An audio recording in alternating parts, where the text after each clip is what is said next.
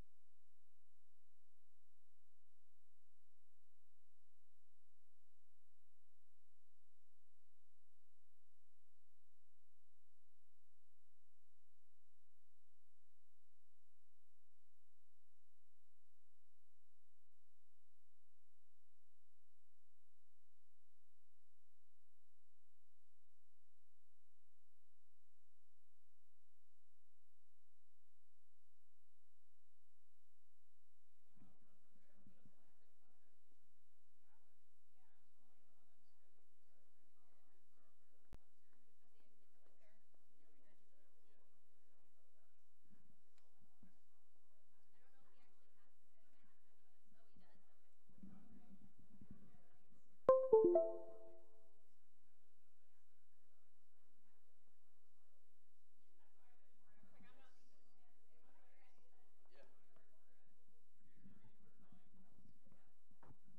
afternoon.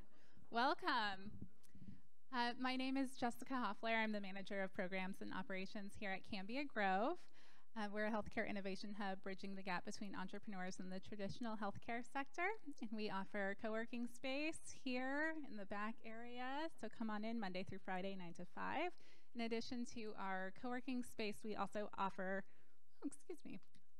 programs that support and educate the entrepreneurial and innovator community. One of those is this Lunch and Learn that we partner with Echo Health Ventures on. They help us build the curriculum, and we sort of invite and house you here. So I'm going to introduce you to Kurt from Echo right now. Thanks, Jessica. Thanks for coming in, everybody. See some familiar faces, some new ones. So just want to make sure I give a brief background on the Lunch and Learn series and what Jessica at the Cambia Grove and us at Echo are trying to accomplish.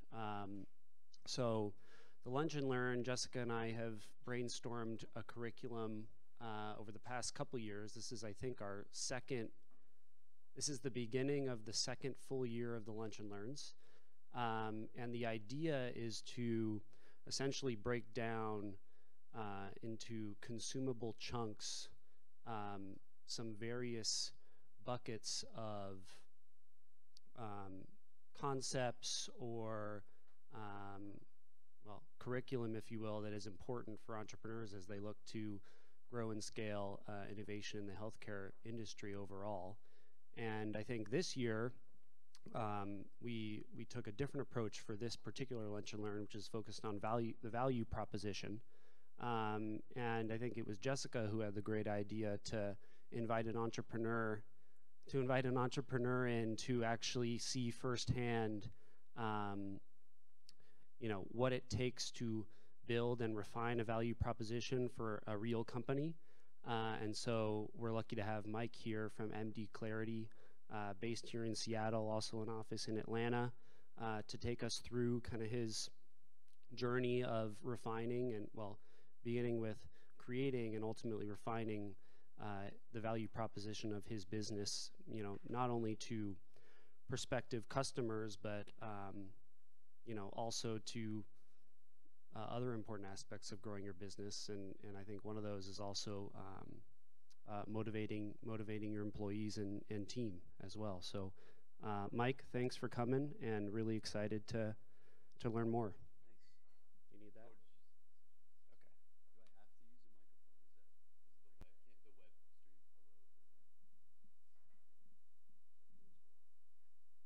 Thanks for having me.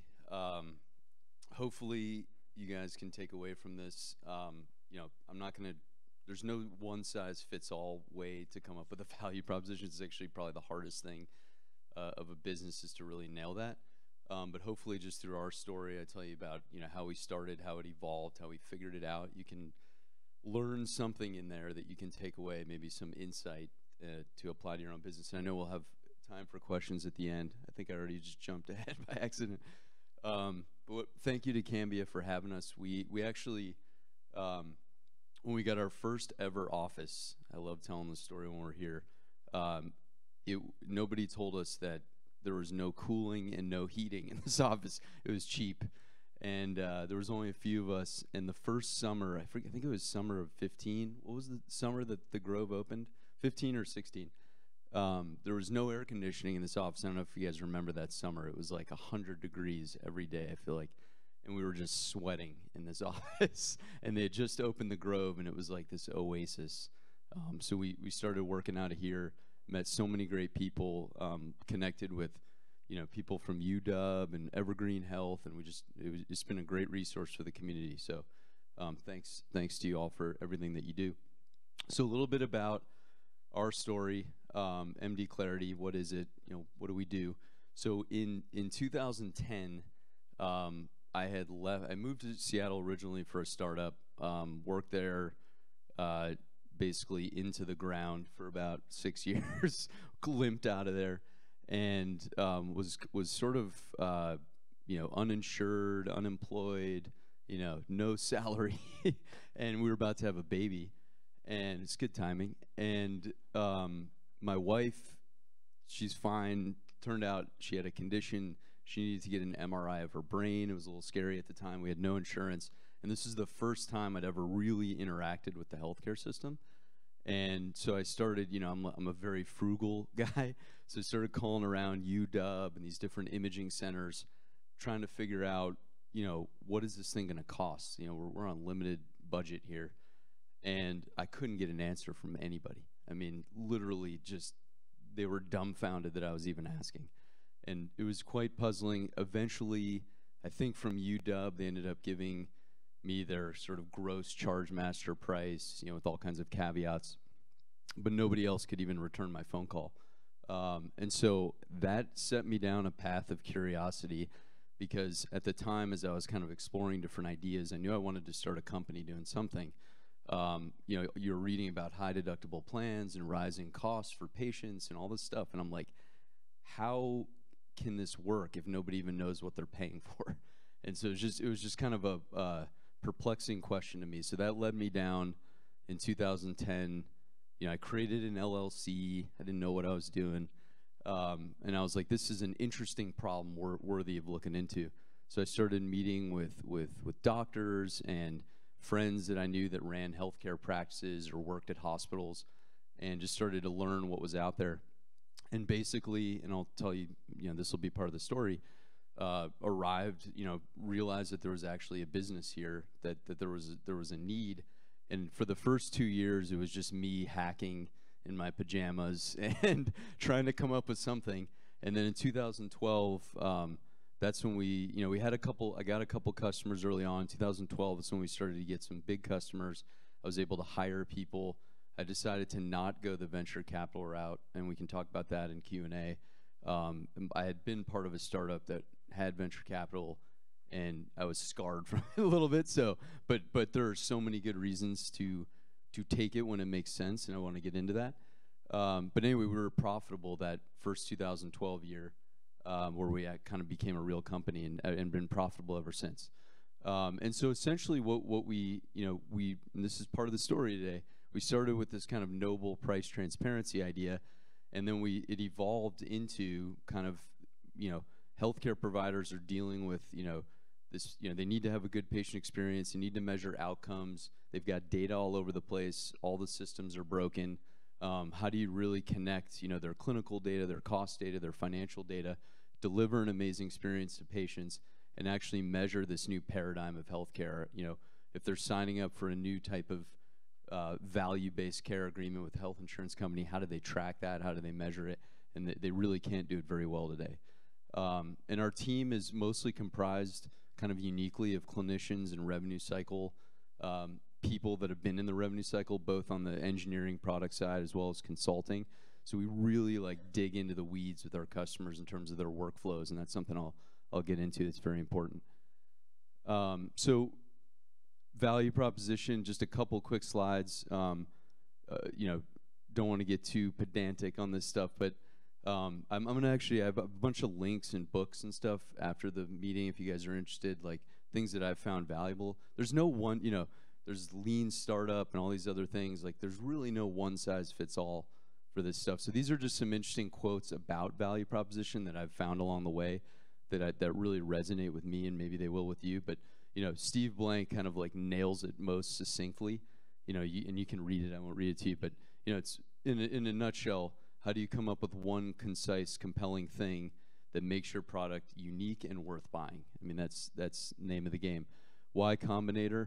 I love make something people want. It's a little simple, but it's actually a great sort of ethos to live by, because chances are if you make something people want, you will have a value proposition and you will find a fit.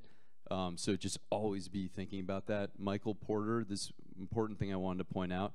So you can have a great value proposition and feel like you've nailed it, but if the competition or the market is saturated, your value proposition is kind of meaningless. You really got to iterate to figure out what your breakthrough is relative to the market. And if you all, how many of you are sort of entrepreneurs in healthcare? Okay, quite a few. It's very, you know, in anything you do, it's going to be crowded. There's going to be monoliths competing against you. So trying to figure out your breakthrough as part of your value proposition is a big deal. Andy Ratcliffe, investor, wealth front guy, you know, he has a great, you know, product market fit. You hear that cliche a lot. It's kind of synonymous with value proposition to me, but he's got some great thoughts on, you know, it's not just, you know, it's about the business model, it's about the features you need, it's about the audience, that you hitting the right audience, and the most important thing is it's a constant iteration, and we'll get into that. Like, you're not just going to sit down and write a value proposition and be like, okay, we're good to go. Like, we're literally refining this on a day-to-day basis, learning from customers. Okay, so like I just said, it's not an easy task.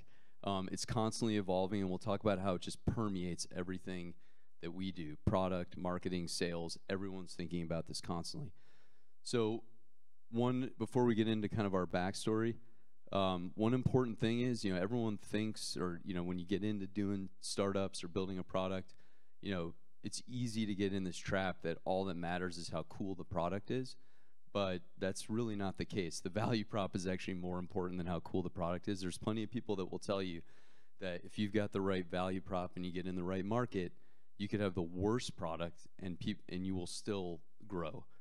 Eventually you got to get the product right, but people will give you a chance. And so, yeah, the point here is that, you know, the value is actually greater than the product itself. So the reason, this is some CB Insight study that a lot of people cite. If you look at this, I mean, the top 4 out of 5 reasons that startups fail has nothing to do with the quality of the product itself. It's all about, do you have the right market fit? Are you delivering the right value proposition? It's really important. We'll skip past this, but there are a ton of frameworks out there. I don't know if you guys are, you know, Jeffrey Moore, Crossing the Chasm. Love that book. Again, I can send out some books and links. He's got a great, you know, framework to just sit down and help you think through this, and you know, fill in these blanks. And like, this is such a helpful exercise to go through on a regular basis. And I thought Stripe does a pretty exceptional job with this. In particular, you know, they just nail this. You know, it's very simple. This is what we do. It's built for these people, and it's different because it allows you to do something instantly. So they've really nailed the value prop statement. Okay, so our story, talked a little bit about when I sort of set out on this path of curiosity. The first thing, you know, I didn't know what it was called, a value prop, at the time. I was very sort of naive, but I was trying to figure out, you know, is there really a business around this price transparency problem? And I looked into, you know, why did prior, you know, heavily backed companies fail at this problem? There an example of a website called Carol.com, which many of you guys probably don't know. They raised insane amount of money. They failed. I had friends working at insurance companies, United Healthcare. They had this portal that allowed patients to search for costs by procedure. Nobody was using it. They had like 1% engagement. And then it was, you know, who pays for it? Does the patient pay for it? Does the doctor pay for it? Does the insurance company pay for it? These are all the questions that I was really, you know, sort of struggling. I was very obsessed with the idea, but I didn't understand like how there, you know, could be a business around it. So, you know, the sort of naive starting point was, let me go out and talk to as many of these different stakeholders, from insurance companies, doctors, staff at hospitals, patients, you know, friends, and figure out, you know, what they needed. And so I really, you know, back to Steve Blank, I don't know if you guys are familiar with 4 Steps to the Epiphany. Crazy, cheesy title, but amazing book that I recommend to any entrepreneur. I definitely took that, again, didn't know it was called that at the time, but definitely took that customer development approach where I knew I wanted to solve this problem, but I needed to understand what people wanted and what's the most simple thing I could build. So I came up with the first product iteration, which was basically, you know, the how do I make it simple, it turned out, for a doctor's office to share a cost with the patient without spreadsheets and websites and phone calls and all this other crazy stuff. So that was, you know, what, in learning from all these people, that was the first thing I felt like I could do to add value. And I really focused initially, and this is important because I missed the mark, on the intrinsic value of it. Like, this is just important. This needs to exist. Why isn't it out there? And it turns out that that's not a good enough answer. And so early, you know, going around and cold calling and meeting with people, you know, the visionary you'll find very different segments of customers along the way.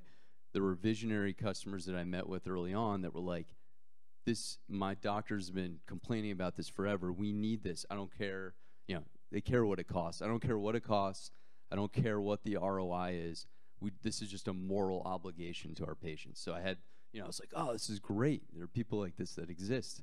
And so those early customers kind of tricked me into thinking, oh, you know, it's all about just transparency. Everyone feels good. This is great.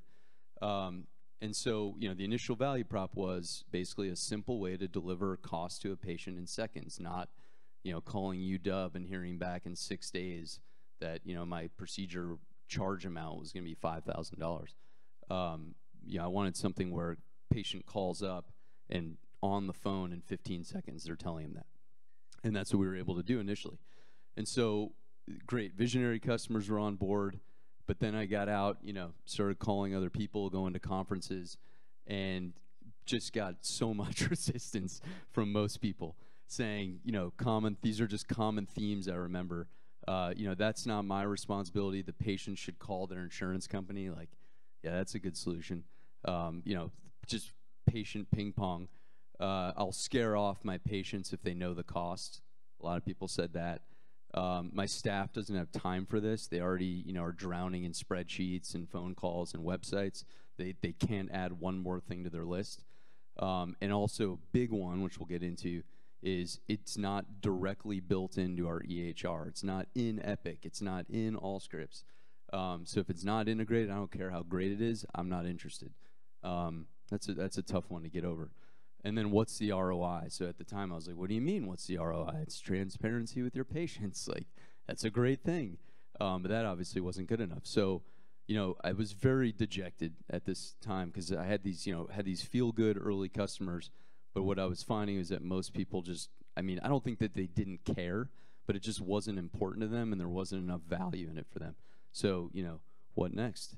So this is the important stuff. So I have other friends that are entrepreneurs, got a lot of advice, read a lot of books.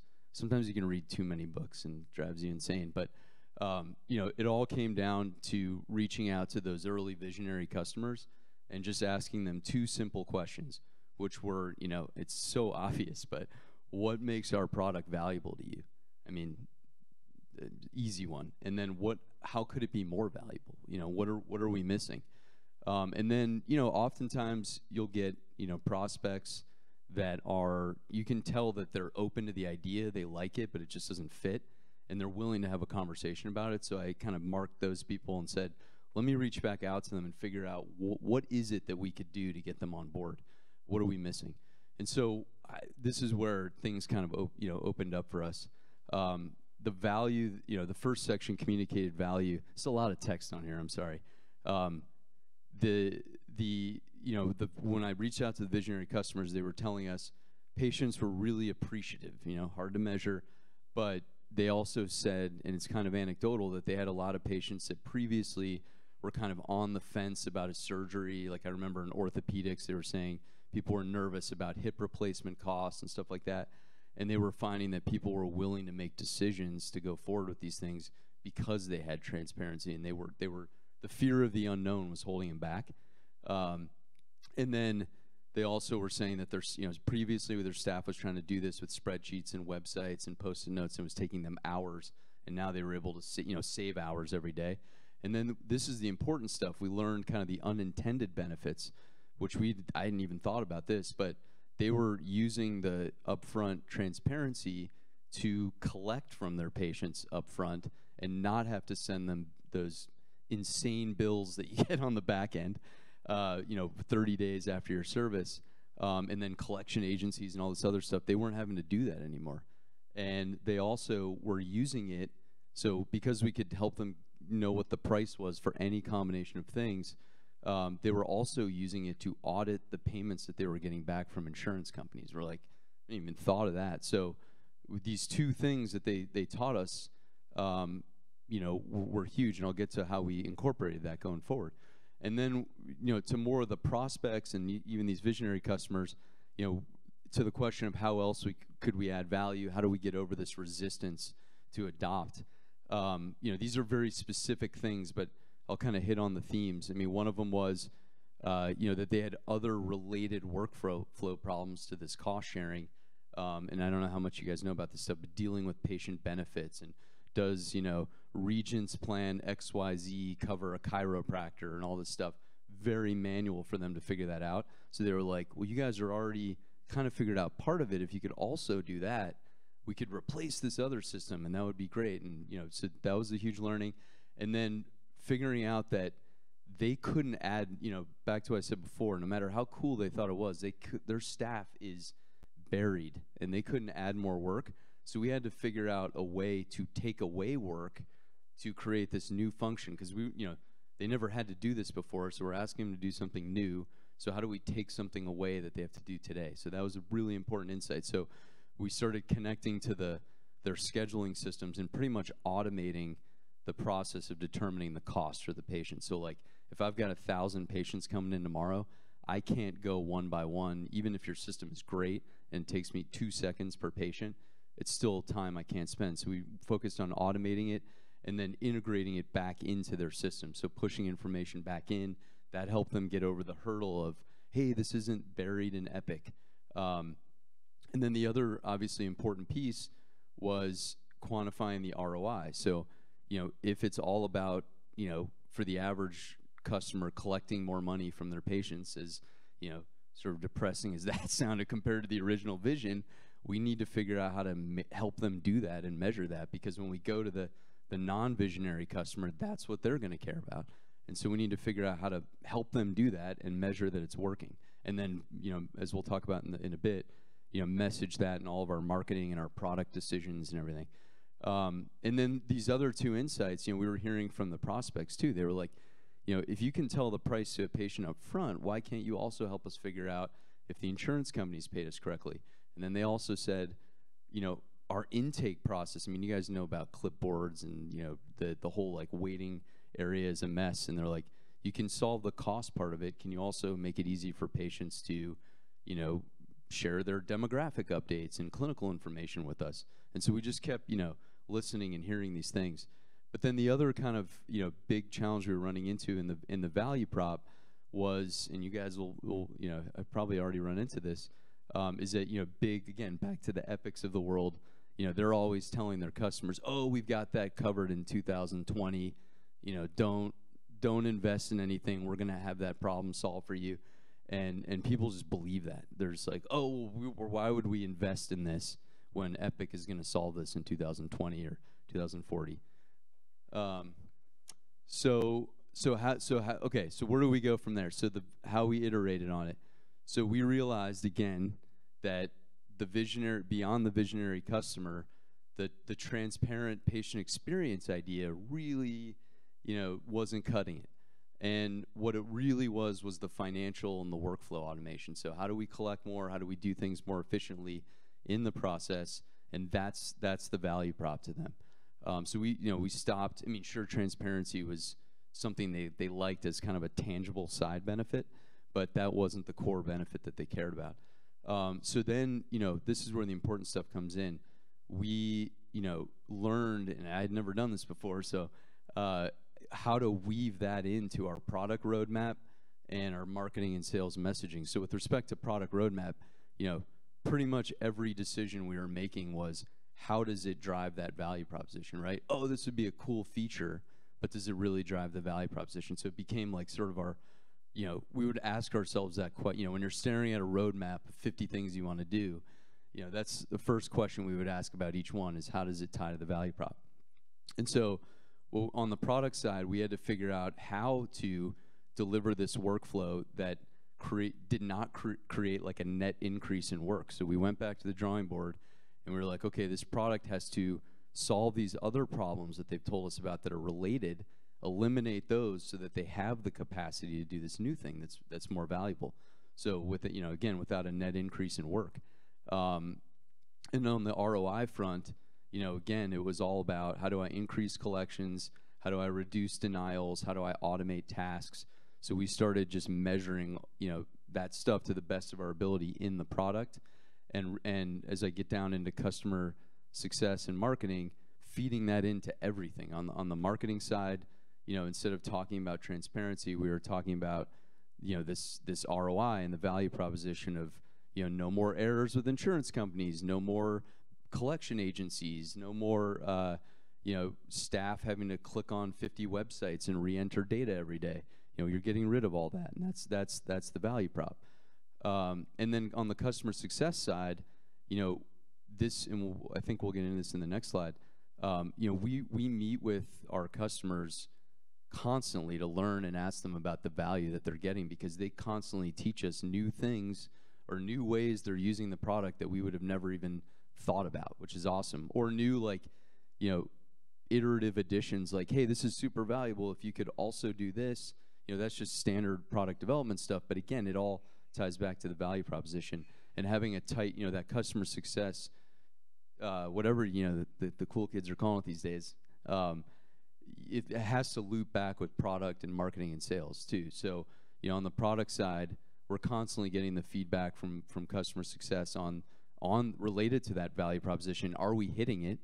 And on the marketing and sales side, they can use those anecdotes with customers, prospective customers, when they're telling stories on sales calls, or customers are asking how other customers or prospects are asking how other customers are using it. We really tie everyone into that story. And then, like I mentioned before, just by asking these simple questions or trying to get to what the value prop is, we learned about 2 new, product opportunities that we hadn't even thought of. So one was, using your pricing data to track and quantify these, value. I don't know how much you guys know about these value-based relationships, but a lot of our customers, for example, have, bundled care agreements with insurance companies, and they don't know if they agree to some amount, whether that's the right amount. So we figured out how to integrate their cost data, some of their outcome data, a bunch of different data sets, and their pricing to say, if you agree to this bundle price, it costs you way more to do this, and you need to either figure out how to lower your costs or negotiate. I mean, that's what we originally wanted to do. So we're finally, getting there just by listening to customers.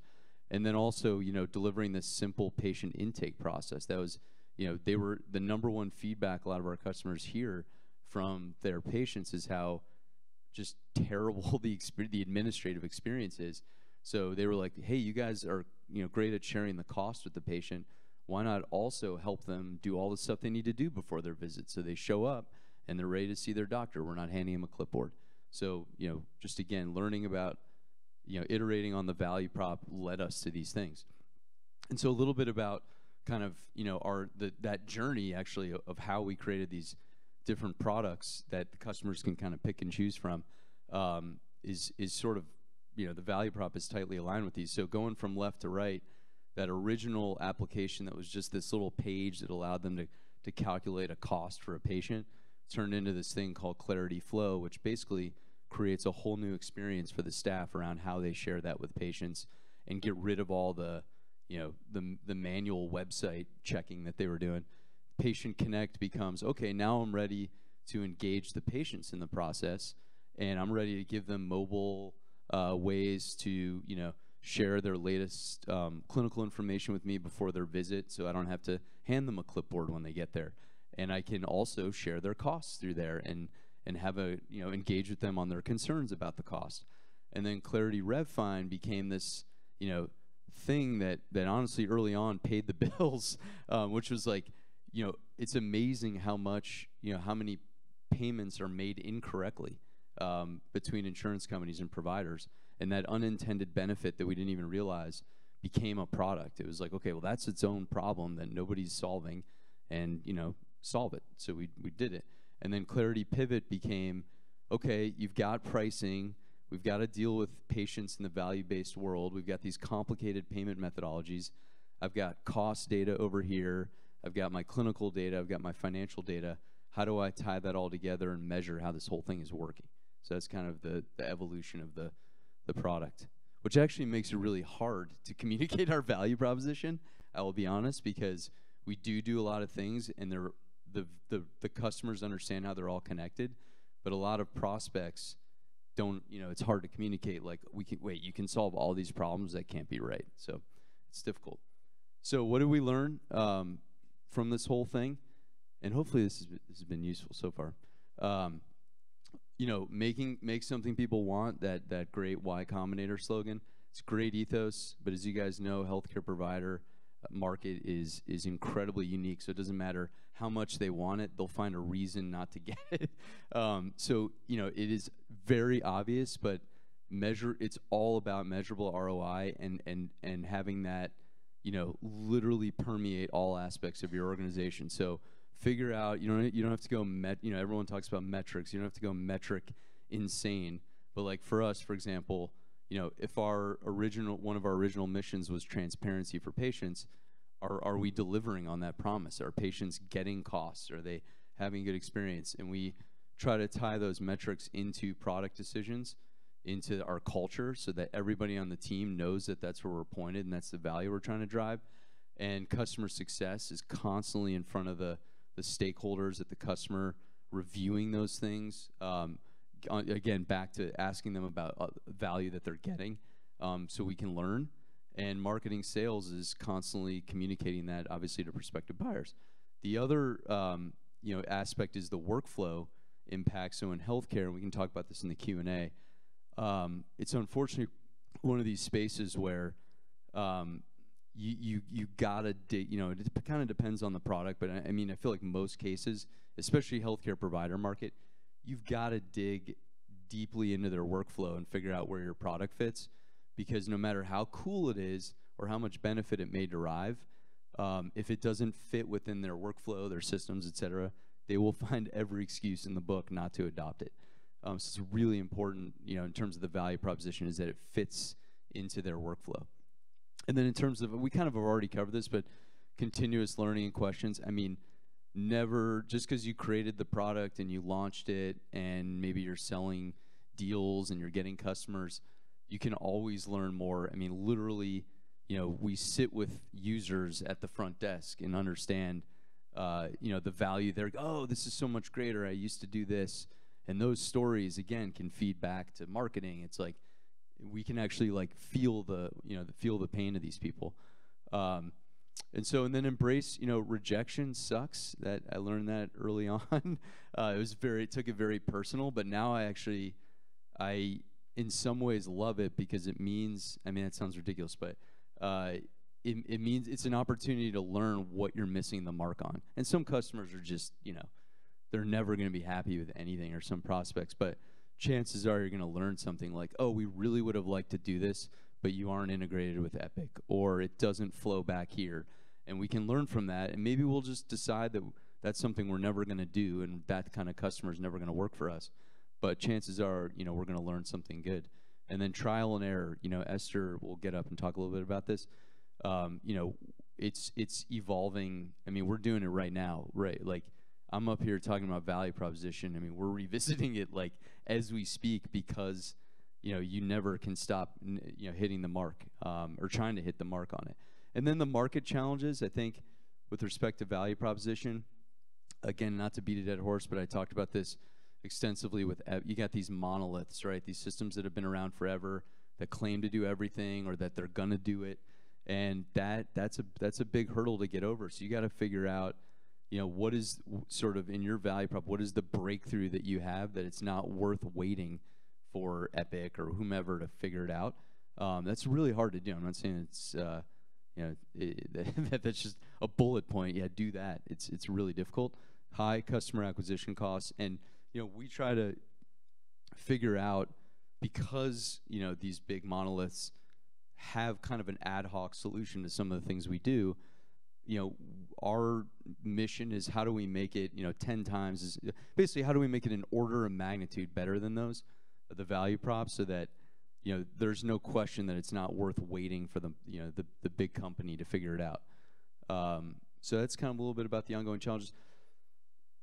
Resources, like I said before, and I don't know how we can share my email, or you can write it down.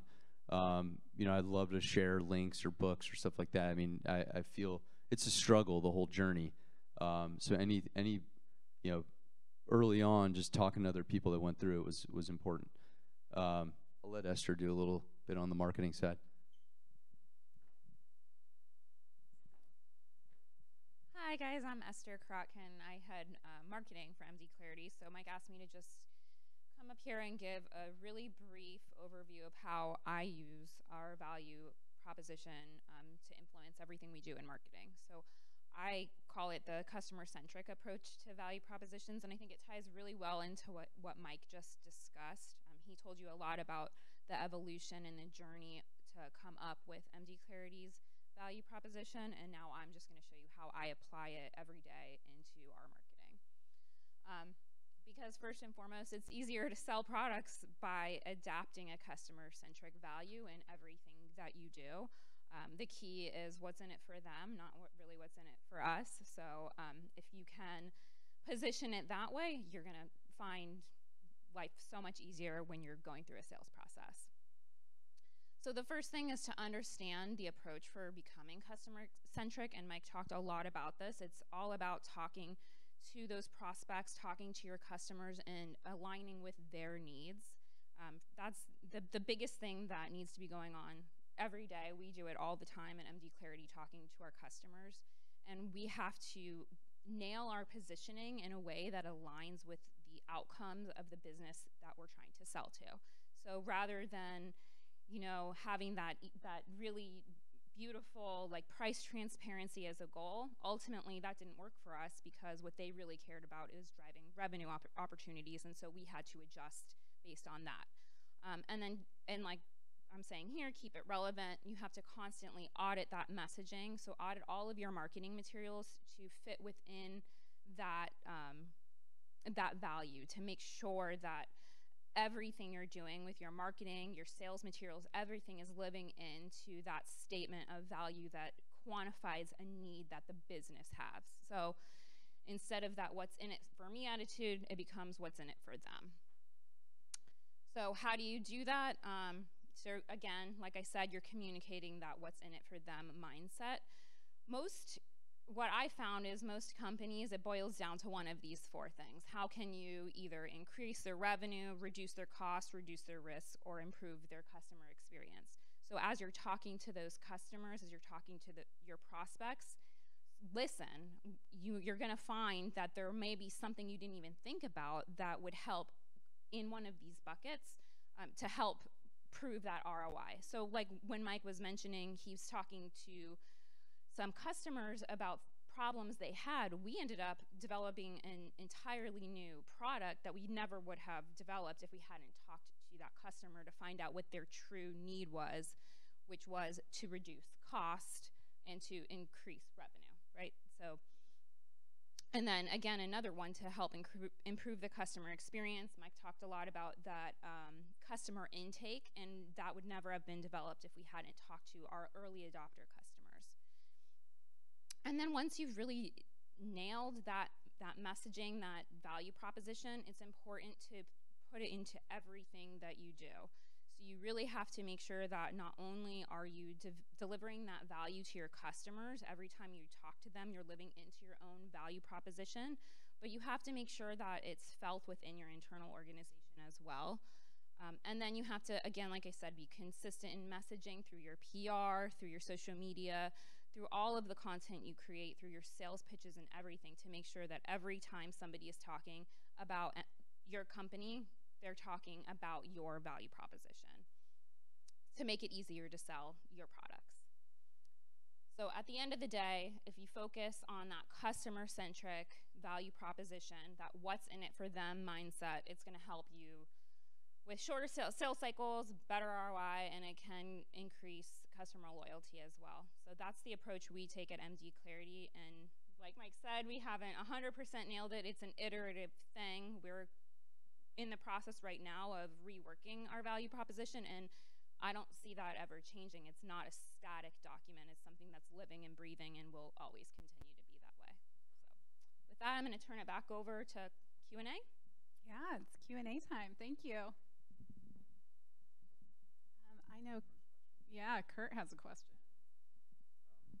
I was going to say I wasn't going to take the first question, but no, thank you both. That was really informative, and I'd say fairly common for at least what we see in entrepreneurs that have really done the work, right, to refine their value proposition. I guess I had two kind of related questions. One, on the ROI piece, so the quantification of the ROI is really important, right? Not just for customers, but also as you're trying to pitch an investor. You talked a little bit about starting to track all of that information. I mean, how did you go about doing that? Because some of these problems that you're ultimately solving and kind of, as you refined your value prop, became a bigger part of it. It was important, at least as I would think about going to a new customer, being able to tell them what their financial ROI would be by using MD Clarity. So that's kind of, how did you go about that process? And then two, how did that dovetail into how you thought about kind of pricing your product? Because I think they go hand in hand, right? Yep. Be interesting to hear that too.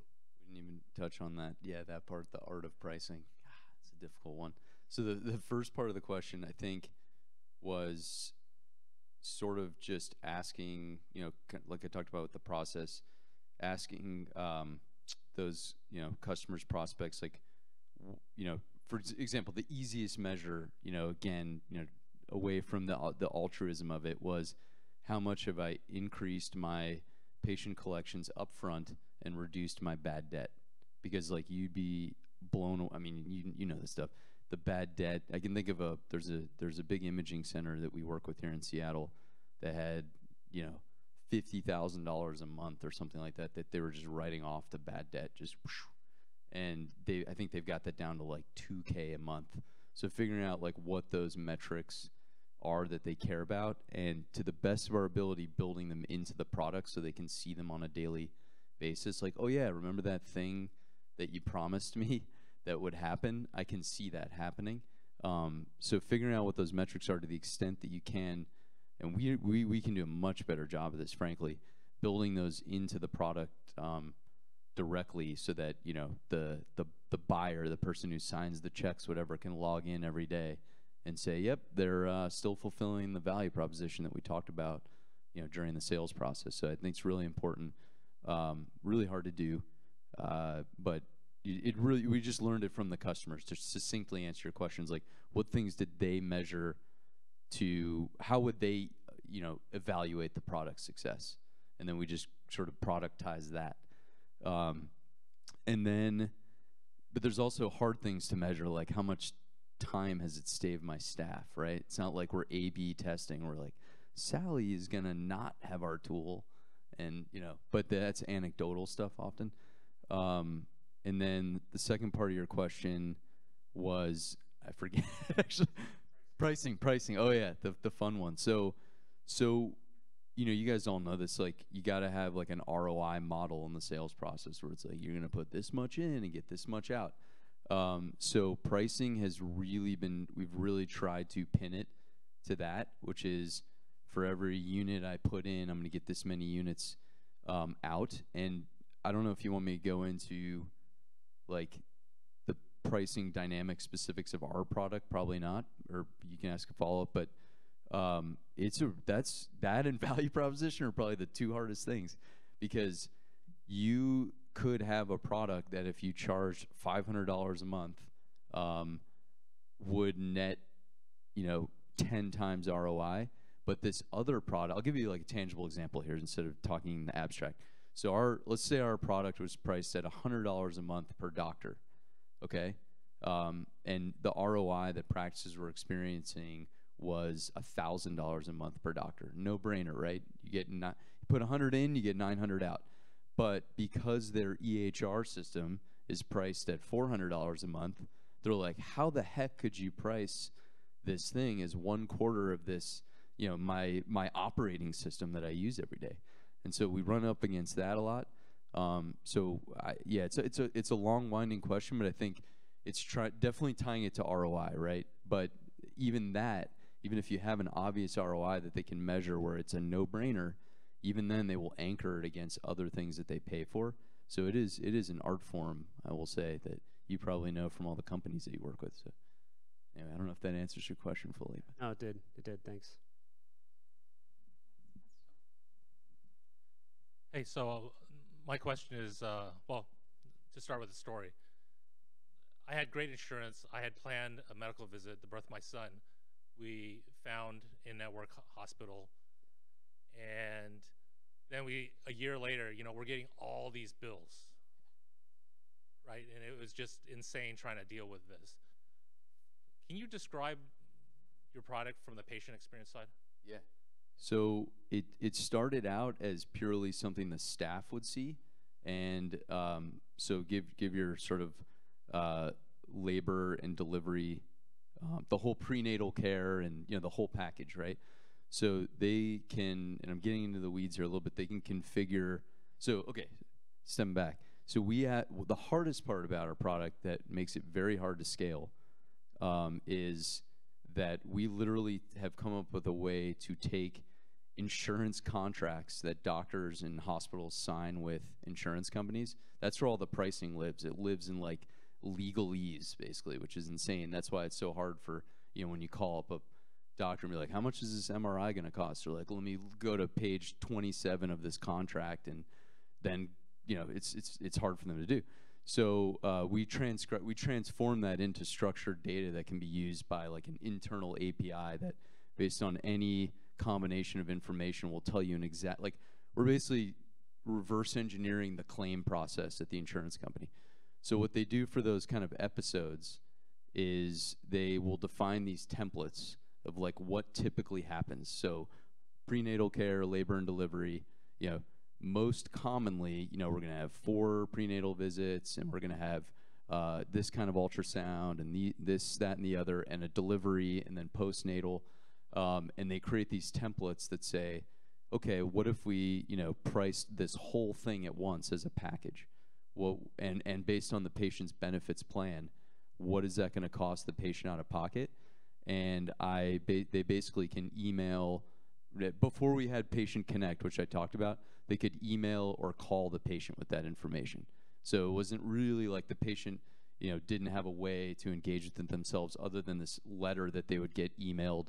A lot of our clients actually mail these letters to patients. It's insane. But Patient Connect became a way for me to open that up on my phone and, hey, I'm planning my prenatal care at Evergreen or UW. What is this whole thing going to cost me? I can engage here. Can I get on a payment plan up front? Can I put down a deposit? You'd be shot like Evergreen Health, for example. One of our employees is going to have a baby there.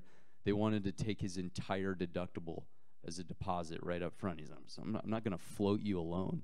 So they ended up like going to another place because of that. So anyway, the patient experience is before they have this episode, or maybe an individual thing like an MRI or a surgery or an office visit, they get this information at the time they schedule, basically. No. So we have. So I talked about early on, like looking at models that failed. So there was, there's insurance company portals. There's this thing called Carol.com. There's been other startups, and I think the hard thing is, it's not like a menu at a restaurant where there's like 20 things. Like patients don't know what, you guys know, they don't know what the CPT code is for this MRI. They don't know if they're going to use contrast or not, or how many units. And so we've kind of put, the providers kind of almost, they know best what they're going to charge you for. So the patients just become, it's kind of like a B to B to C model. That we make the provider create a great patient experience around it. We don't connect with the patient directly, if that makes sense. Yeah, and hospital staff or wherever, yeah. So, does that make sense? I would love to go direct to patients, but I've found that patients, well, first of all, we need those proprietary prices, and we can't get those without the office or the hospital being on board. Eventually, we'd like to work with insurance companies if they were willing to like open up a service or an API, and then we could serve patients directly, but it's just it's difficult now. Like the people that have tried it, like Fair Health, are you familiar with that? So Fair Health is a website where they basically present charge data in your region. So like for a birth, for a labor and delivery, the charge amount at this hospital will be X. Well, like that's not what I'm gonna pay anyway. So that's kind of useless. So yeah, go ahead. Hello. So you mentioned the monolith. Yeah. competition. And I'm really curious about a couple of things. I'm curious as to why, you know, when you've come in as a new entrant to the market, they, you know, well, I'll ask, did they go after you hard? And if they haven't, why not? And also, your commitment to this customer-centric approach, is that something you feel is, you know, keeping you ahead of those monoliths? Yes. Well, to the first, most of them don't know who we are. Like Epic doesn't know who we are. So, but all those other, I don't know. Again, I don't know how familiar with people are with the space, but like the Allscripts, the GEs, Next Gens, those kinds of companies, they know who we are because we've had to integrate with them and talk to them and try to figure out how to make our products work together. And now we actually have an emerging partnership with Next Gen where they've kind of acknowledged that they will never be able to do this well, and they might as well partner up with somebody who can do it well, which is kind of an exciting development.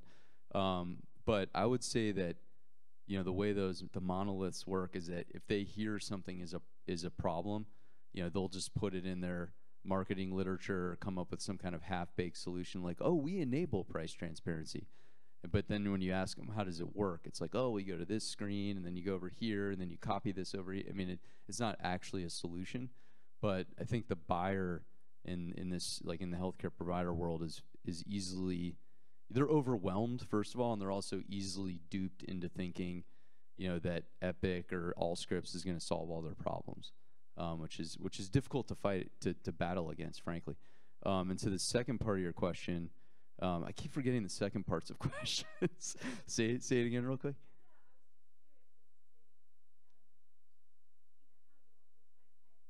Oh yeah. It's 100% that, because when you like listen, I mean, this is the beauty of a startup or a small company, is you actually can take the time to listen. I mean, we work with a lot with mutually with Allscripts, some of our common customers, and their dev team gets on these phone calls with the customer, and they're like, it's a new guy every time, and he's like, wait, what are we doing again? You know, it's like it's like steering the Titanic. Whereas we will like literally get, like I was saying before, like, you know, people on our team, me, whoever, will sit next to people using our product at the office, try to understand, and they'll tell us, oh God, this is really annoying the way this, you know, really trying to understand how they use the product and the value they get out of it, and that helps us stay ahead. But even staying ahead, to your first question, doesn't always matter, because no matter how great our value proposition, how great the product is, in this particular space, it is tough to go against that friction of Epic saying that, you know, or the buyer saying, well, it doesn't, like, I have to go to another screen or another application. Like, there's just I always say the analogy, like, do I expect my Gmail to also be my project management software, my track, like, for some reason they expect everything to be in one place, and that's difficult to fight against, I think. I don't know if that fully answers your question. Okay. I know we're past time. Oh, sorry. Do you have time Yeah. for one more question? Oh yeah. I understand if anybody has to run. No. Great. Well, thank you very much. Thanks. Are you going to stick around for a couple minutes? Yeah. Hopefully this was useful. It's I've never done a talk on this topic before, so I had to, like, you know, I'll iterate on this. Speaking of iteration, the value prop of the value prop. But this is fun. Thanks for having me. And like, I don't know how the emails get out or whatever, but, you know, I'm always, you know, I was once alone working on this, you know, depressed at times, and like, you know, anybody that needs some help or wants to reach out, I'm happy to help out. Awesome. Thank you, Mike. Thanks, Esther.